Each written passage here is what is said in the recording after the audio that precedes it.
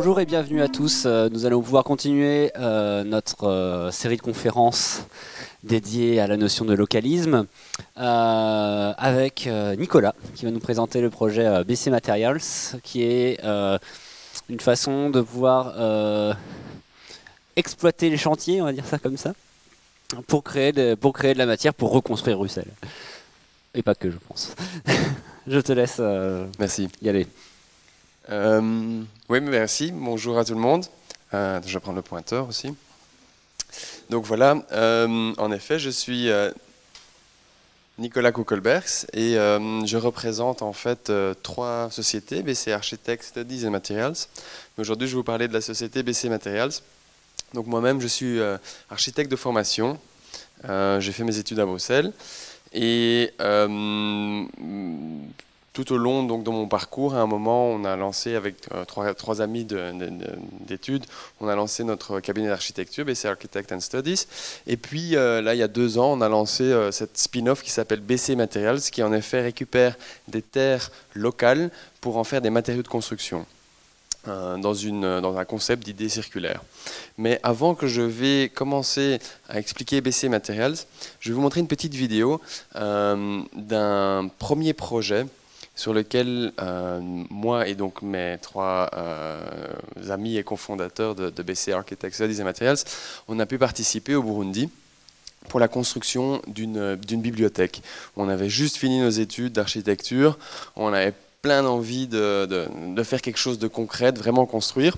Et on a eu cette opportunité incroyable de pouvoir aller au Burundi et de construire une bibliothèque. Je vais vous montrer la vidéo. Puis après, on va un petit peu en discuter.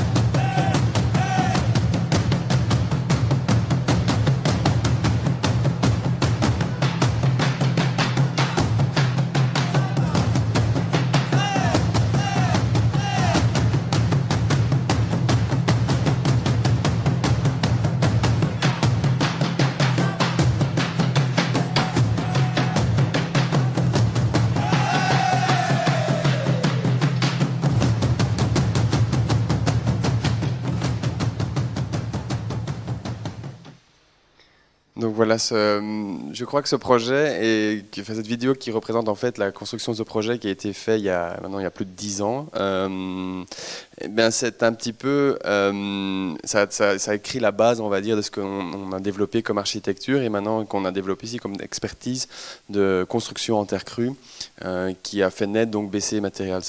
Donc grâce à ce projet, c'était un projet vraiment naïf, on va dire, pour nous, puisqu'on venait de finir des études, on est parti là-bas, et c'était, voilà, on avait 20 000 € aussi pour pouvoir construire ce projet, et on était, d'un point de vue économique, obligé à regarder autour de nous qu'est-ce qu'il y avait de disponible, pouvoir discuter avec les gens sur place de comment vous construisez les bâtiments, développer le bâtiment, le co-concevoir avec eux, et c'est grâce à ces dialogues et de vraiment regarder bien autour de nous qu'on a pu faire ce projet que je crois vraiment fantastique et nous a appris justement à avoir la même méthodique dans notre travail en Belgique. Et donc du coup, quand on regarde maintenant en Belgique, donc au Burundi, là c'était vraiment la raison pour laquelle on allait travailler donc avec des matières locales et donc la terre crue, hein, donc cette terre qu'on a pour pouvoir faire des matériaux.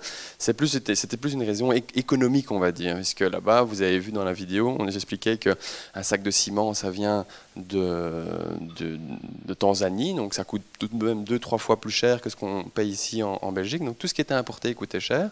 Mais ici en Belgique, dans notre contexte, on a un autre problème, évidemment, c'est que le contexte, on va dire, environnemental. Et donc on s'est rendu compte que quand on regarde le secteur de la construction, il est coupable à peu près 1/3 des émissions de carbone. Il utilise 40% de toute l'extraction des ressources qu'on a et 1/3 donc de la pollution d'air et 30% de tous les déchets qui sont produits mondialement. Donc quand on voit ces chiffres, on se rend compte que le secteur de la construction est vraiment malade, énormément malade, et qu'il faut y faire quelque chose. Et évidemment, de travailler avec des ressources locales, travailler avec de la terre crue, un matériau qui n'est pas cuit, permet d'avoir quelque chose de plus sain. Donc en fait, cette approche, on va dire, on s'est dit qu'elle était tout à fait fantastique à mettre en action ici en Belgique. Et donc c'est comme ça qu'est né petit à petit, on va dire, dû d'abord à l'expertise que BC Architectes a pu avoir en construction sur leur propre projet. On a commencé à développer des matériaux de terre crue pour nos projets aussi en Belgique, pour d'autres architectes aussi. Et puis à un moment, on s'est dit, bon, fabriquer des matériaux, c'est quand même une autre prise de risque, c'est autre chose que faire de l'architecture. C'est comme ça qu'est né la spin-off BC Materials il y a 2 ans. Et donc nous vendons des matériaux de terre crue qui sont fabriqués à base de ressources locales. Et donc ce qui est incroyable aussi à savoir, c'est que la terre crue, c'est un matériau qui est pas seulement circulaire dans le fait qu'on va utiliser donc, des terres qui viennent d'excavation, mais qu'il est circulaire aussi dans sa destination. On peut le réutiliser à l'infini. Ici, on voit par exemple sur ce petit schéma, on voit on creuse un trou, on va construire des murs, on va habiter le bâtiment, mais après, on peut le détruire tout simplement et le remettre la terre à la terre ou refaire exactement la même brique sans devoir rajouter du ciment ou devoir rajouter une autre ressource. Et en fait, il n'existe aucun autre matériau sur Terre qui a cette capacité d'être réutilisable à l'infini sans devoir rajouter de l'énergie ou d'autres ressources. Donc du coup, voilà, c'est ce que je disais, le matériau est circulaire dans son origine et dans sa destination, puisqu'il peut être réutilisé énormément. Donc il est 100% circulaire. Un matériau de terre crue, donc quand il n'est pas cuit, c'est ce que nous on fait. Vous avez vu dans la vidéo par exemple au Burundi, on va compresser les briques par exemple, on fait aussi des enduits. Pour le cas de la brique par exemple, on va compresser une brique et on ne va pas la cuire, donc il y a un bilan carbone 0. On ne va pas mettre de ciment non plus qui lui est issu aussi d'une cuisson de pierre calcaire, et donc on a un matériau qui a un bilan carbone neutre, si évidemment il n'est pas transporté à l'autre bout du monde. On a une pollution qui est 0, il est réutilisable à l'infini, et on est surtout sur une ressource, la terre, qui est abondante, on en trouve partout au monde.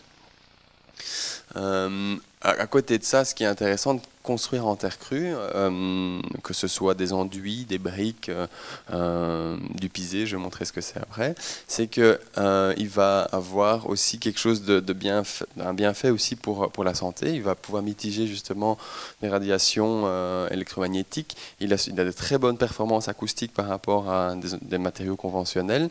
Il va pas contenir de VOC, et alors il régule aussi l'humidité dans une pièce. Ça, c'est vraiment incroyable. Donc quand on produit trop d'humidité, comme dans une chambre par exemple, on va plus suer, donc on va produire de l'humidité. Il va prendre cette humidité, et quand il fait trop sec justement, il va la redonner dans la pièce. Et donc du coup, ça, c'est quelque chose de vraiment très important, parce que évidemment, vous savez qu'on passe à peu près 90% de notre temps à l'intérieur d'une pièce, donc justement d'avoir un matériau sain, pour nous, c'est quand même quelque chose de très important. Voilà. À côté de ça, ce qui est aussi intéressant d'entendre, et nous, ça c'est un petit peu la particularité que nous avons, donc on travaille avec des terres, ici à Bruxelles, on travaille avec des terres qui viennent de Bruxelles, et des terres qui viennent d'excavation de chantier, donc tous les jours, il y a des sociétés qui creusent des trous partout dans la ville pour pouvoir construire des bâtiments. Et les chiffres sont pratiquement affolants en fait. Bruxelles, on parle de 2 millions de tonnes de terre chaque année qui est excavée et qui finit, hélas, dans des landfills. Donc elle est extraite, elle est transportée dans des stockages temporaires. Il y en a un très grand de Demeter à Grimbergen, juste à côté de Vilvoorde, donc c'est pour Bruxelles. Et puis après, il est amené dans des carrières où là on va remplir en fait des trous. Et donc ça, 2 millions de tonnes de terre pour Bruxelles. Point de vue de la Belgique, on parle de 37 millions de tonnes de terre qui chaque année sont excavées. Et ça ne reprend pas les grands travaux d'infrastructure qui doivent être faits, parce que vous savez que maintenant la ligne de métro va être creusée bientôt à Schaerbeek. Et là, c'est des millions et des millions de tonnes de terre de nouveau dont on ne sait pas ce qu'on va faire. Enfin, si, elles vont probablement finir en centre d'enfouissage. Et alors, un truc aussi intéressant à savoir, par exemple, donc ces trous qui sont remplis, ce sont des carrières souvent en Wallonie, où ils gagnent plus d'argent de remplir le trou avec de la terre, parce qu'il faut payer pour ça. Donc les promoteurs qui construisent et qui creusent des trous pour mettre leur parking, ils doivent payer à la société par chaque tonne qu'ils vont enlever, et donc les carrières gagnent de l'argent à remplir leur trou. Ils gagnent plus d'argent maintenant à remplir le trou que d'extraire justement du schiste ou d'autres ressources pour pouvoir être vendues localement. Donc il y a des superbes carrières qui ont fermé juste point de vue économique. C'est très grave. Et donc nous, on a vu sur cette filière justement un potentiel. Et ce potentiel donc, de BC Materials, c'est de pouvoir produire en fait, des matériaux de deux façons. Alors, on essaye toujours de rester le plus local possible. Donc, si on a la possibilité de produire sur site, par exemple, on a fait ça, je vais vous montrer une vidéo après à Anvers, à Edegem, où on a produit donc, des matériaux sur le site à côté dont on allait mettre en œuvre les matériaux. Mais on se rend compte que produire sur site ou à côté de l'extraction, parfois ça devient compliqué, ça coûte cher pour des petites murs. Et donc on a aussi un stock de production qu'on a ici à Tour et Taxi. Si vous êtes intéressé, on organise souvent des workshops, vous pouvez une fois venir voir aussi notre site de production. Et donc là, on travaille justement avec cette filière de 2 millions de tonnes de terre que Demeter excave chaque année, qu'on fait amener chez nous. Évidemment, on n'en prend pas 2 millions, parce que là, si on n'a pas encore suffisamment de ventes que pour pouvoir utiliser les 2 millions, mais on utilise quand même 30 tonnes par mois. C'est déjà ça. Et alors, vous pouvez vous poser la question aussi à Bruxelles, est-ce qu'on a une bonne terre? Enfin, je veux dire, c'est quand même incroyable. Est-ce qu'on peut vraiment faire des briques avec? Et ben on a vraiment, ça c'est une coupe justement, surtout Bruxelles. En bas, on est justement dans la partie du canal. Puis après, on remonte vers Boisfort. Hein. Et donc ici, sur cette coupe, on voit que par exemple en jaune, c'est de sable bruxellien. Et comme pour tous les matériaux de béton, par exemple, hein, le béton, c'est quoi? C'est du sable et du ciment. du sable, du gravier et du ciment, mais beaucoup de sable. Et donc on a besoin surtout de beaucoup de sable pour pouvoir faire des matériaux. C'est la même chose en terre. Nous, on n'utilise pas de ciment, on utilise de l'argile pour pouvoir faire notre liant, et c'est du sable qu'on a besoin. Je vais vous montrer ça plus tard. Et donc ici, on a énormément de sable, c'est toute la couche jaune de Meuter, qui est le plus grand terrassier à Bruxelles. Il creuse des milliers de tonnes chaque jour, qui va chaque fois enlever. Et là, la couche mauve que vous voyez, qui est beaucoup plus profonde sur la partie du bassin, ici en dessous de nos pieds, par exemple, du canal, elle est à 9 mètres de profondeur. Et là, on a une argile yprésienne, une argile grise, qui est parfaite justement comme liant à nos matériaux.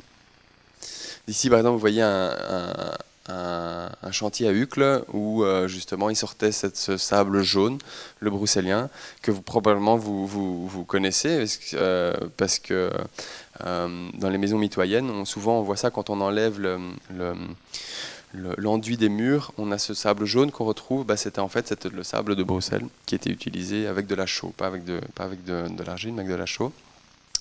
Et ça, il y en a beaucoup, quoi. Le Sablon, par exemple, c'était une ancienne carrière de sable. Ici, plus profond, on est sur un bassin d'orage qui est à Forêt, où ils ont dû creuser, je crois, 30-40 mètres de profondeur. Et là, justement, ils étaient sur cette couche grise d'argile yprésienne qu'on utilise pour certains de nos produits. Bonjour.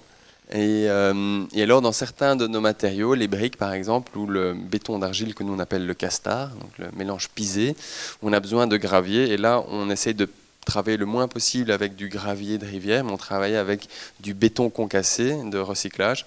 De Meuter, de nouveau, est aussi une grande société qui casse qui va démolir des bâtiments, et ils en font donc le béton qu'ils vont démolir, ils vont le broyer pour en faire des graviers qu'on utilise aussi dans nos matériaux. Ici, vous voyez donc notre halle de production à Tour et Taxi, avec nos loges où on se fait livrer donc nos différents types de terre. Et donc notre expertise à nous, c'est quoi? C'est justement de faire des mélanges. Donc on va avoir un type de terre qui va arriver et trouver le bon mélange pour pouvoir faire une brique qui est stable, pour pouvoir faire un enduit qui est stable, et ensuite le mettre prêt à l'emploi pour la vente.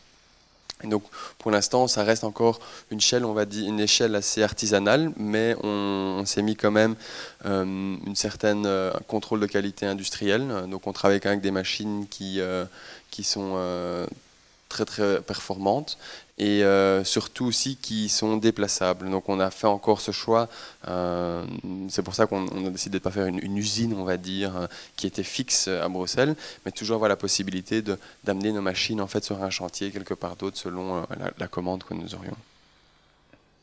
Et donc pour l'instant à Bruxelles, sur notre production locale, on a quoi? On a 3 produits. On a la briquette, qui est une BTC, une brique de terre crue, même sorte de brique à peu près que vous avez vu sur la vidéo au Burundi, sauf que là, elle n'est pas compressée à la main, mais elle est compressée avec une machine hydraulique qui donne beaucoup plus de pression, qui permet d'avoir un beaucoup plus performant, qui permet de faire des murs porteurs ou du cloisonnement aussi.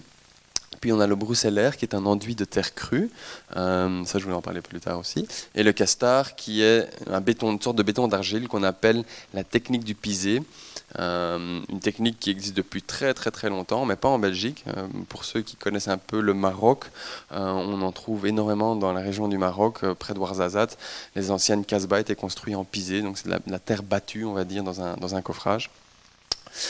Et donc c'est une technique qui est extrêmement belle parce que ça permet de faire des murs monolithiques en terre ou des dalles aussi, et donc nous faisons ça aussi. Donc nos matériaux à Bruxelles sont mis conditionnés justement de façon tout à fait normale, comme tout matériau de construction. Donc on essaie justement d'être le plus conventionnel possible pour pouvoir rendre la tâche à l'entrepreneur le plus facile possible, qui ne prenne aucun risque, on va dire, sur est-ce que le matériau est de bonne qualité, comment est-ce qu'on doit faire pour le garder à la bonne humidité. Donc ça arrive sur palettes ou bien en sac, en big bag, comme les matériaux normaux. Alors pour aller plus vers la briquette, je vais vous montrer les 3 produits qu'on a. Donc la briquette, c'est une brique de terre crue qui fait 14 sur 29,5 sur 9 cm de hauteur. Elle permet de faire des murs porteurs ou non porteurs. Là, par exemple, un projet qu'on a fait, je vais vous montrer la vidéo justement après ce slide, c'est la construction d'une maison régionale à Edegem, près d'Anvers. C'est un bâtiment dans un bâtiment où tout a été construit justement avec ces briques, mais en forme d'arche, et qui a été isolé à l'extérieur avec un autre produit que nous ne vendons pas, mais qui est franchement super incroyable, qui s'appelle le chaux-chanvre. Donc c'est un isolant, c'est de la fibre, la chenevotte de chanvre qui est mélangée avec de la chaux. Et donc ça, c'est un bâtiment qui a été dessiné par BC Architects et qui a été partiellement mis en œuvre, en tout cas les matériaux faits par BC Materials.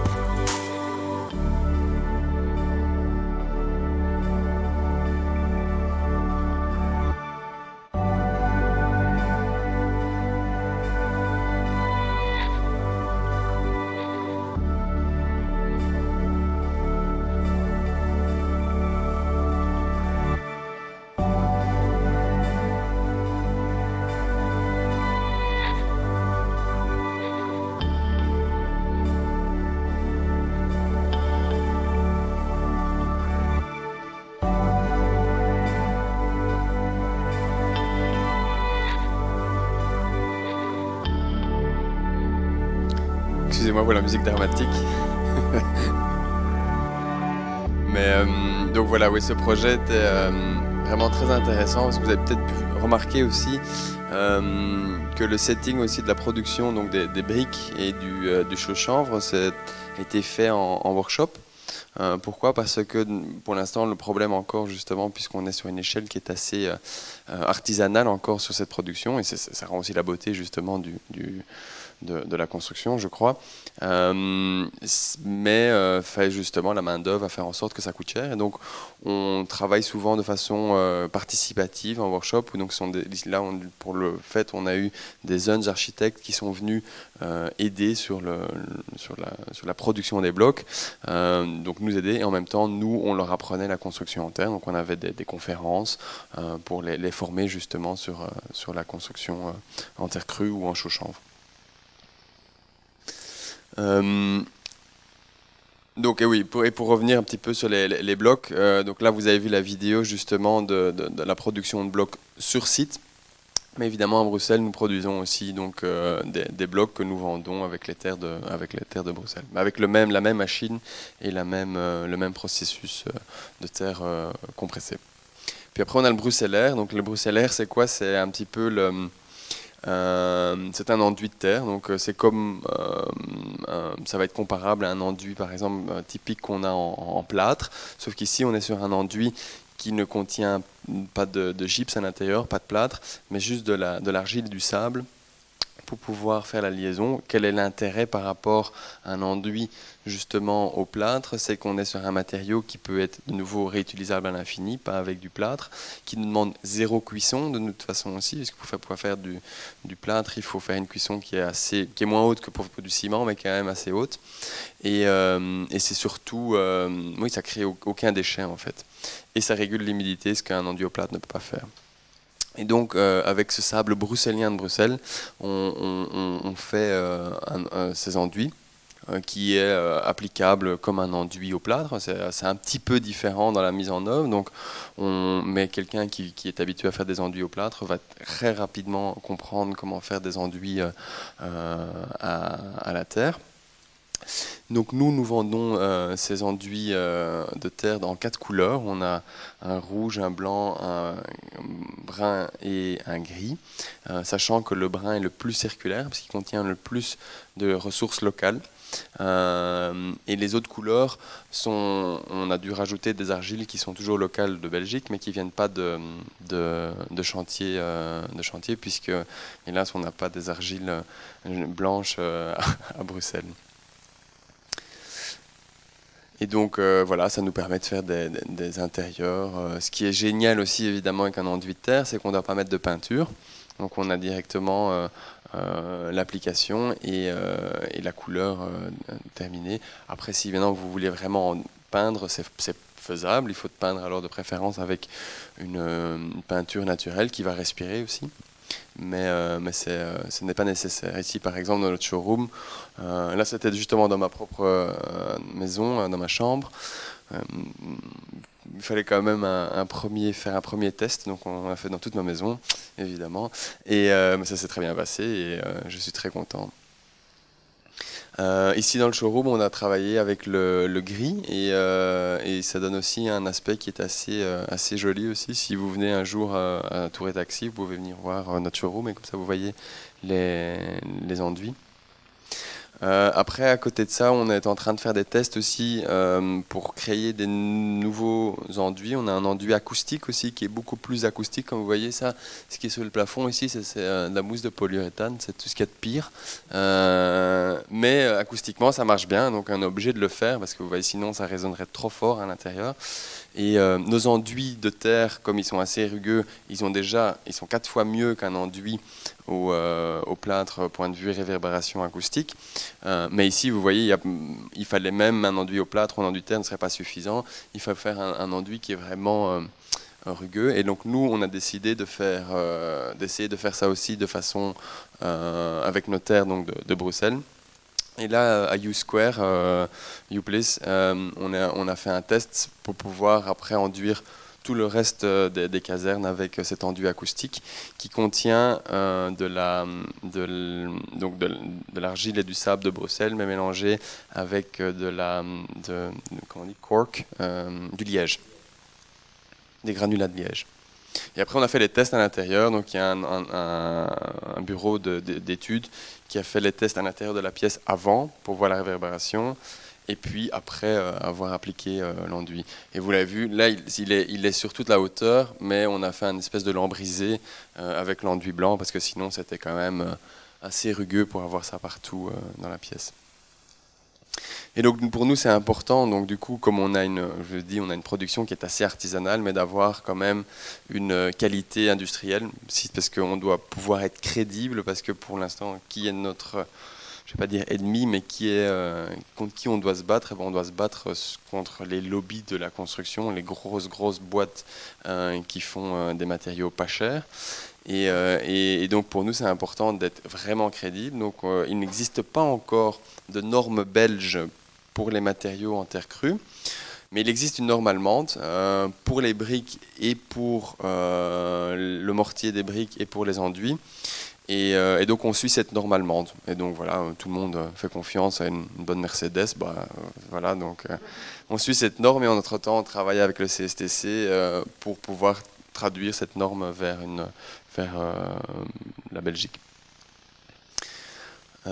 Et donc, qu'est-ce qu'on a aussi comme troisième matériau aussi? On a le castar, qui est une sorte de béton d'argile. Donc, c'est un mélange de gravier, sable et d'argile comme liant, qui est aussi appelé le pisé.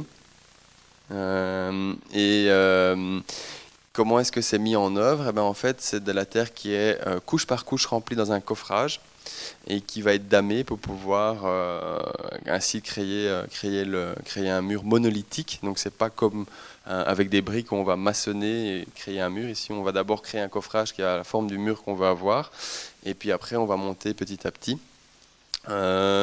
C'est une technique assez fantastique. Je crois que c'est la technique qui a un petit peu changé justement l'image de la construction en terre crue, parce qu'elle permet vraiment de faire des formes très épurées en terre, et de faire des bâtiments vraiment très très beaux.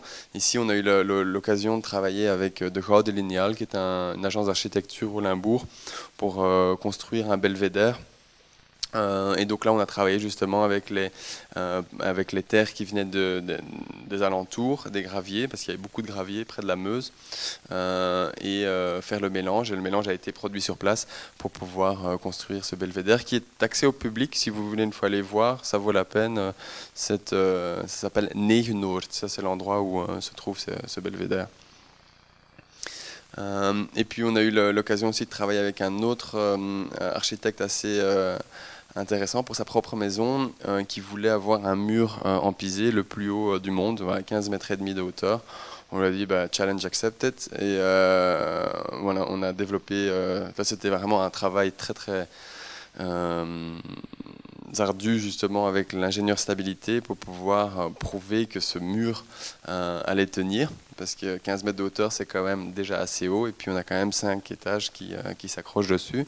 Voilà, ce sont des projets, ça c'est un projet qui est comment dire, show off, pour montrer que voilà, la terre c'est quand même solide, il y a moyen de faire des trucs incroyables. Mais c'est un mur qui a coûté très très cher, donc c'est pas non plus ce qu'on essaie de vendre tous les jours non plus. Par contre, ce qui est génial avec le pisé aussi, c'est qu'on peut faire plus aussi je ne veux pas dire du design, mais de faire des comptoirs, de faire des choses plus petites aussi. Ici, par exemple, sur la boulangerie d'à Beaucrec, on a construit tout le comptoir en pisé. Donc mais là, c'était fabriqué avec le gravier de la Meuse et les terres qui venaient près de Beaucrec. Et on a pu insérer aussi un serpentin avec de l'eau chaude qui fait donc un mur chauffant aussi à l'intérieur du comptoir. Ce qui est génial aussi donc avec le pisé, c'est que le castar, on peut faire aussi des dalles de terre qui en fait sont tirées comme une chape classique de ciment, et puis après qui sont compactées avec une plaque vibrante. Elles peuvent être terminées comme ça, donc en général on va mettre un coating dessus de cire de carnauba pour pouvoir protéger donc, le haut de la dalle. Ici par exemple vous voyez une dalle qu'on a fait, je sais plus où elle était, chez un particulier.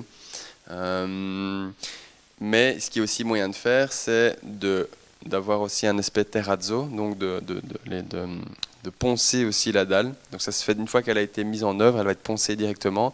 Et là, on va refaire sortir les graviers et avoir cet aspect terrazzo justement de la dalle de terre. C'est magnifique.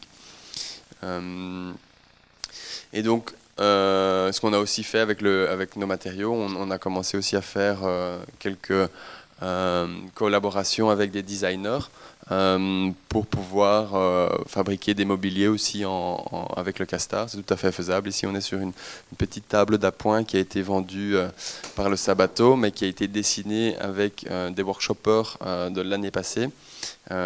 Qui sont venus concevoir avec nous cette pièce de design et qui a été vendue après par le Sabato. Oui, ça permet vraiment de faire des pièces très monolithiques, mais c'est comme, il faut un petit peu voir le matériau comme une sorte de béton. On va d'abord dessiner un coffrage qui est intéressant et on doit faire parler c'est pas pour construire des petites pièces de 5 ou 6 cm d'épaisseur, c'est pour créer vraiment de la masse, on va dire. Et donc voilà, je disais, donc, cette table d'appoint a été conçue lors d'un workshop qu'on a organisé. Et nous, ce qu'on fait, c'est qu'on organise des workshops à peu près tous les mois, quoi. Que ce soit des workshops de co-conception, donc des open ateliers, on appelle ça, ou que ce soit des discovery workshops où on fait découvrir la terre crue, parce que là, je vous parle de la terre, mais si vous pouvez la toucher, c'est vraiment différent. Vous comprendrez bien mieux comment ça marche une fois en la touchant. Et donc, on organise tous les mois, on va dire, un workshop pour architecte, designer ou même monsieur tout le monde, madame tout le monde qui veut découvrir la construction en terre crue. Voilà, merci. J'ai terminé. Si vous avez quelques questions, vous pouvez les poser avec plaisir. Oui.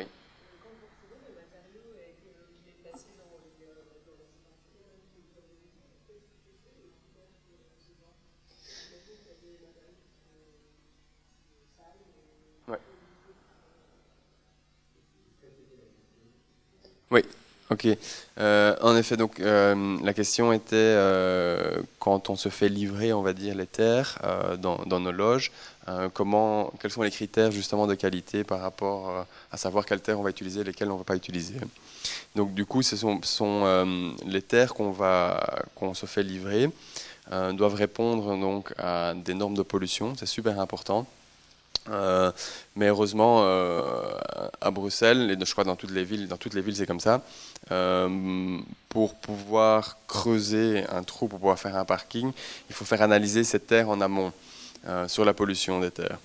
À Bruxelles, on a quand même à peu près 10-15% des terres, même peut-être vers 20-30, qui sont polluées. Et donc nous, on ne l'utilise pas, mais comme je vous avais dit, on a 2 millions de tonnes de terre, donc ça va, on sait on a ce qu'il faut. Et donc on ne travaille pas avec les terres polluées pour l'instant. Ça, on les laisse partir en centre. Enfin, on s'en occupe pas. Eux, ils les envoient en centre de dépollution. Et nous, on travaille qu'avec des terres qui sont certainement non polluées. Ils ont en général un certificat de non pollution. Selon c'est une matière très très très compliquée parce que ce sont 3 législations tout à fait différentes pour la Wallonie, Bruxelles et la Flandre, et donc elles ont des critères de pollution qui sont différents, et donc on doit bien connaître la législation pour savoir quelle sorte de terre on peut utiliser et lesquelles pas.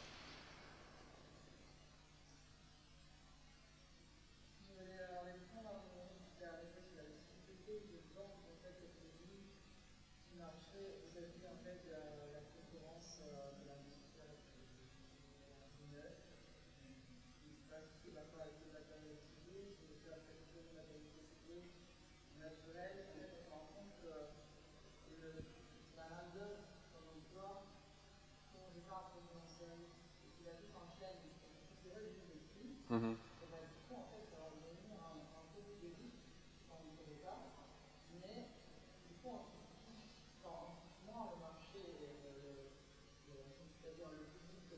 Ouais. Ouais.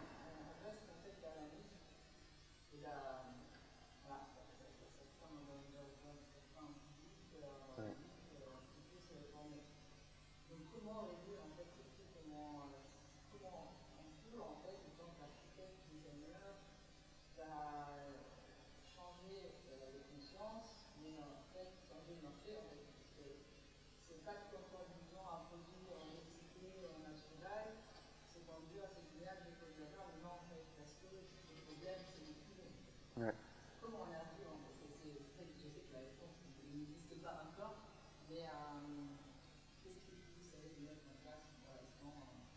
Oui, c'est la question qu'on se pose tous les jours, hein. Tout à fait. C'est le grand problème pour l'instant, c'est que nos matériaux sont entre 20 et 30% plus chers que du conventionnel. Certains matériaux. Ouais, surtout la brique, elle est vraiment beaucoup plus chère. Elle est, je crois, 30-40% plus chère qu'une brique de ciment. Les enduits, c'est un peu différent parce que là, comme on ne doit pas mettre la peinture, elle arrive à peu près au même prix. Donc ça, c'est assez accessible. Mais pour la brique, c'est vraiment un problème. Après, le pisé, c'est vraiment de l'artisanat. Enfin, vous avez vu, c'est du coffrage et tout. Ça coûte ça coûte la peau du cul. Mais d'un autre côté, comment est-ce que nous, on a réussi à pallier? On a plusieurs stratégies. La première, c'est pour pouvoir faire les projets qu'on a déjà fait maintenant, c'était du participatif, organiser des workshops, créer une communauté. Euh, Travailler aussi, une autre possibilité, en fait, l'idée des workshops, elle est venue, à mon avis, grâce à ça. C'était, vous l'avez vu, la vidéo au Burundi. Là, on est dans un contexte économique complètement différent. La main-d'œuvre coûte rien, l'industrialisation coûte très cher, tout ce qui est conventionnel. Donc là on a travaillé justement avec une communauté locale et on est peut-être dans ma philosophie, dans un rapport qui est plus juste entre le coût de matière et le coût de l'énergie humaine. Peut-être que c'est un peu trop bas quand même, mais il y a quand même une sorte d'équilibre. Ici, on se rend compte qu'au bien on doit travailler avec le participatif, et parfois c'est difficile pour avoir de la crédibilité. Si on veut aussi travailler sur un projet public, c'est parfois tout à fait impossible, hein. Si je vais vendre maintenant des millions de briques pour pouvoir construire les murs d'une tour, ou ici à Bruxelles, on ne peut pas dire on va vous amener 30 workshoppers qui vont venir vous aider à construire. Non, ça ne va pas. Et ben dans ce cas-là, nous, pour l'instant, ce qu'on est en train de travailler, c'est l'industrialisation, tout simplement. Et on n'est pas contre du tout. On pense que l'industrie des matériaux, pour l'instant, et comme elle travaille pour l'instant, elle est malade. Elle fait partie du secteur de la construction, du bilan carbone qui est horrible. Je crois que si j'ai bien compris, c'était, si je me rappelle bien, 8% des émissions globales en général de carbone sont dues juste au ciment, juste à la production du ciment. Donc c'est vraiment un problème. Mais par contre, l'industrialisation de tous ces matériaux est tellement bien au point. Et donc nous, ce qu'on est en train de faire, c'est de commencer à regarder pour pouvoir produire nos briques qui étaient de façon artisanale vers une échelle industrielle en fait. Et justement de travailler main à la main avec l'industrie en leur disant c'est comme ça qu'il faudrait faire pour avoir un matériau qui est beaucoup plus sain, qui est plus propre, qui est peut-être moins artisanal, qui ne sera plus du tout artisanal, ça c'est sûr, mais qui au moins qui sera plus juste. Pourquoi est-ce qu'on ne le fait pas maintenant? Pourquoi est-ce qu'on n'a pas commencé déjà hier, hein? C'est peut-être une question que vous pouvez... non. Non, c'est pas difficile, parce que vous avez vu, hein, énormément au jour d'aujourd'hui, si tu veux aller chercher quelques millions pour construire une boîte et te lancer, bah, c'est assez facile encore. Il y a souvent des investisseurs. Le seul problème, c'est que pour l'instant, le marché n'est pas encore là. Il n'y a pas encore énormément de demandes. Donc on se rend compte qu'il y a de plus en plus de gens qui sont intéressés à construire local, construire circulaire, mais c'est pas encore le commun du mortel du tout. Voilà.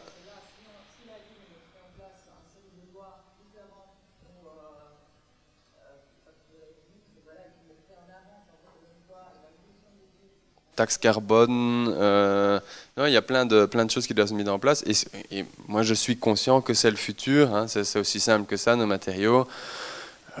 D'ici 30, 40 ans, enfin peut-être que je serai mort, je sais pas, ils seront utilisés toujours, enfin ils seront utilisés parce qu'on ne saura plus utiliser le ciment comme on l'utilise maintenant, ce sera plus possible. On l'utilisera pour bon escient, pour pouvoir faire des fondations, pour pouvoir faire des ponts, pour pouvoir faire des choses, mais on ne va plus utiliser la Rolls-Royce du matériau pour construire des maisons de 2 étages. C'est tout à fait absurde, par exemple. Et donc, du coup, c'est ça qu'on essaye de voir, c'est de comment arriver à industrialiser le matériau. Mais pour ça, il faut déjà avoir une une vraie offre. C'est pour ça qu'on commence déjà à vendre nos matériaux de façon plus artisanale, on va dire, pour pouvoir petit à petit, grâce aux workshops, grâce aux conférences qu'on fait maintenant, sensibiliser les gens et petit à petit créer la demande et de pouvoir aller vers les chaînes industrielles.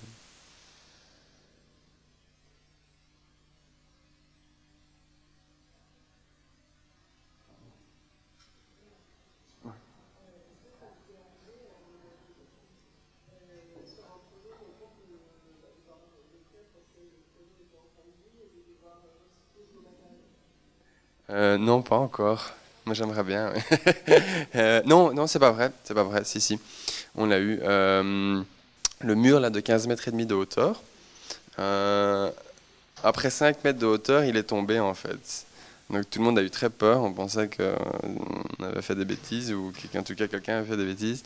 Et on s'est rendu compte en fait qu'il avait plu dans les sacs de terre et que l'entrepreneur, il avait, enfin l'artisan qui a mis en œuvre, il a pas vu que la terre était beaucoup plus humide que normal pour pouvoir être mise en œuvre, et donc il a tassé des lits de terre qui étaient presque du pudding, et puis en montant, tout le coffrage est tombé et a tiré le mur avec, mais par contre la partie d'en dessous, elle n'a pas bougé, celle qui était sèche. Et donc il y a à peu près, je sais pas, il y avait 5 ou 6 tonnes de terre qui étaient encore dans le coffrage, qui étaient là, et donc on l'a reprise, on l'a remélangée, puis on l'a remis dedans.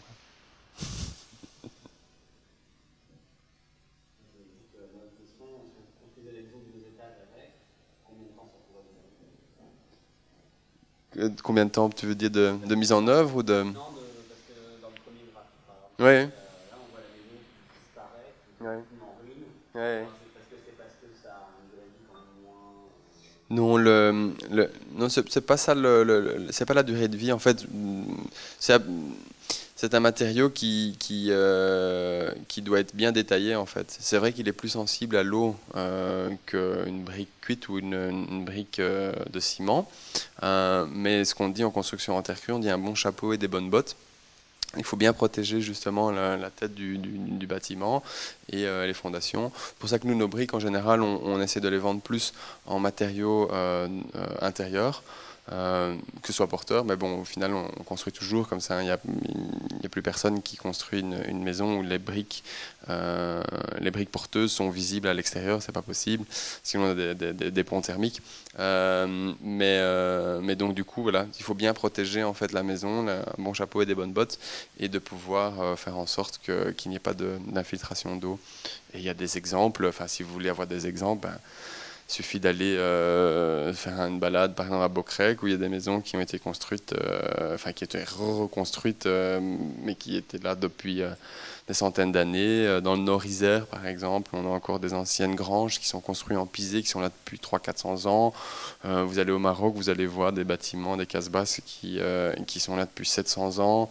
Je crois qu'on a suffisamment de bâtiments qui sont assez vieux, qui prouvent que en fait ça va, ça tient encore.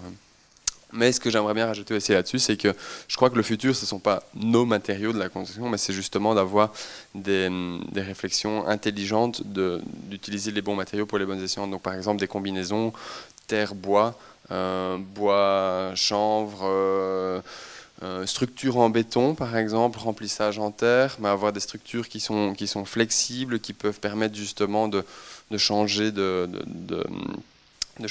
fonction. Par exemple, on construit aujourd'hui, je sais pas moi, un hôpital, bah, peut-être que d'ici 200 ans, on voudra faire de ce bâtiment des habitations, donc autant travailler sur des systèmes de poteaux-poutres, mais tout ce qui est à l'intérieur peut ainsi être démonté, enlevé, remis, et donc ça ne doit pas créer de déchets en fait. Et donc nos matériaux s'intègrent super bien là-dedans, c'est que justement on pourrait démolir le mur de briques à l'intérieur et le refaire les mêmes briques avec ou tout simplement les remettre à la terre.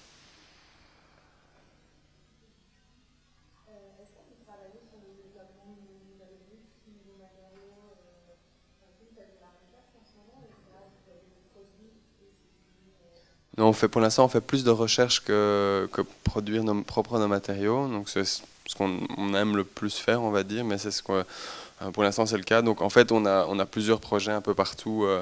On a un projet en France, en Géorgie, un peu partout encore dans le monde, où chaque fois, on nous demande de faire de la consultance. Donc, on arrive sur place, analyser les terres qui sont du site pour pouvoir en faire du pilier, des briques, mais chaque fois c'est une nouvelle histoire parce qu'on a à chaque fois une nouvelle terre, donc il faut chaque fois refaire un travail. Et spécifiquement pour nos matériaux de production, on est en train de faire de la recherche maintenant pour pouvoir développer cette brique industrielle. Et les enduits acoustiques aussi sont encore en développement. Je vais devoir arrêter. Merci Nicolas pour ta présentation. Merci à vous.